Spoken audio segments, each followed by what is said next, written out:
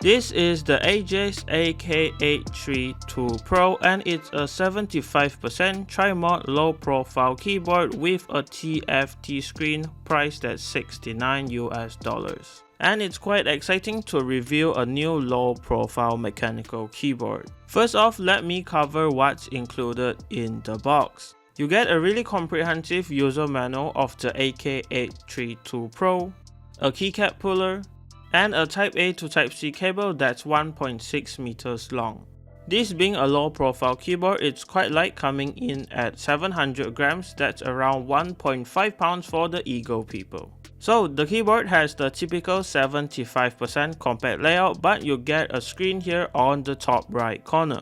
You can really see the low profile design here from the side, and even the keycaps used here are low profile as well. The case of the keyboard is a matte opaque ABS plastic, so you can kind of see through into the components inside. I really like the finish of this ABS plastic. It has a nice matte texture on it and it doesn't catch any fingerprints on it.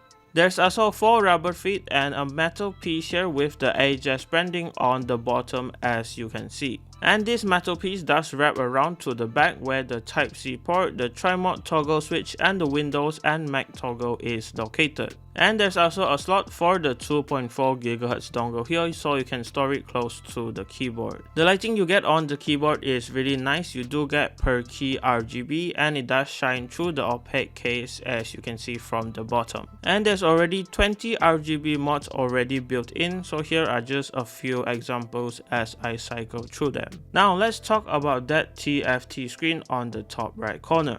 It's quite small, coming in at 1.1 inches, and it displays the date, the battery life, the time, and more details about the keyboard here. Besides that, you can also configure the effect, the color, the brightness, and the speed of the RGB, change the language of the UI in the keyboard, and adjust the volume of your computer, all in this screen menu included. Not only that, if you don't want the normal time displayed here, you can plug in the keyboard and import GIFs in the Ajazz software.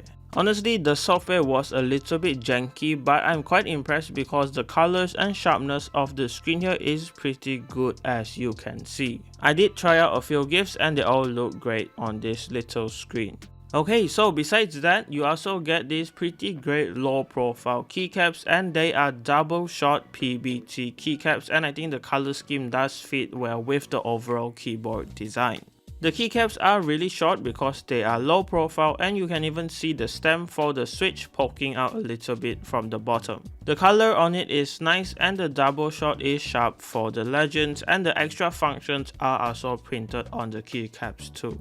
Here I have the red Outemu low profile switch. It's a linear switch, but there's also a brown and blue option if you prefer tactile or clicky switches. Sadly, the switches are soldered into the PCB, so it is not hot swap. You can't change it out for other low profile switches in the market. The stabilizers included are factory loop, and it's also a low profile design to fit into the case here, and they are pretty decent, but you can't remove them too, so you can't really mod them to your liking.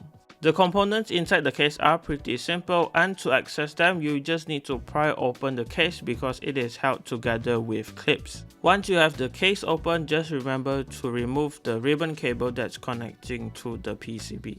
This is the top case, and it just has a few clips here that hold the bottom and top case together. The bottom case houses the battery on the left and the daughter board to the right, and there's also the slot for the dongle here as well. The battery here is 2500 mAh, which is pretty small to be honest. But Ajazz claims that it can last up to 10 hours with the RGB and the screen on. The daughter board houses all of the ports previously mentioned on the back of the keyboard. The keyboard comes with a steel plate, so it's very firm and doesn't flex at all. And it's gasket mounted, so there's this silicone gasket on the sides of the plate, and they are quite squishy, so it does provide a softer typing experience. There is a piece of foam included here in the middle of the plate and PCB to help with sound dampening, and that appears to be the only mod included here. Here is the PCB, and all the switches are soldered in place, so you can see the solder points here, and there's also a small ribbon cable here connecting the screen to the PCB. So the design is quite simple and everything has just been optimized to fit into a low profile design. But does a low profile keyboard sound good? Well, here is the sound test so you can hear it for yourself.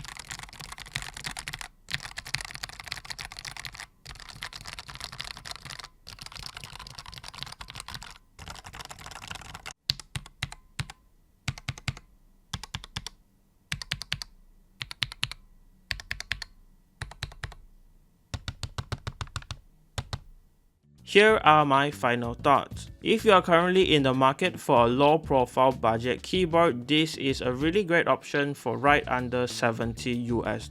The screen on it is definitely a plus, so you can add more character to this keyboard and customize it to your liking. So to sum it up, it's a great keyboard for the price, and the only complaint I have is the small battery capacity inside, because there was definitely more space for a bigger one. Anyways, if you are interested in the Ajazz AK832 Pro, you can find it in the description below. And that's it for this review. Thanks to Ajazz for the keyboard, and remember to leave a like if you liked it, dislike this video if you didn't, remember to subscribe if you haven't, and for the meantime you can watch other videos I've done.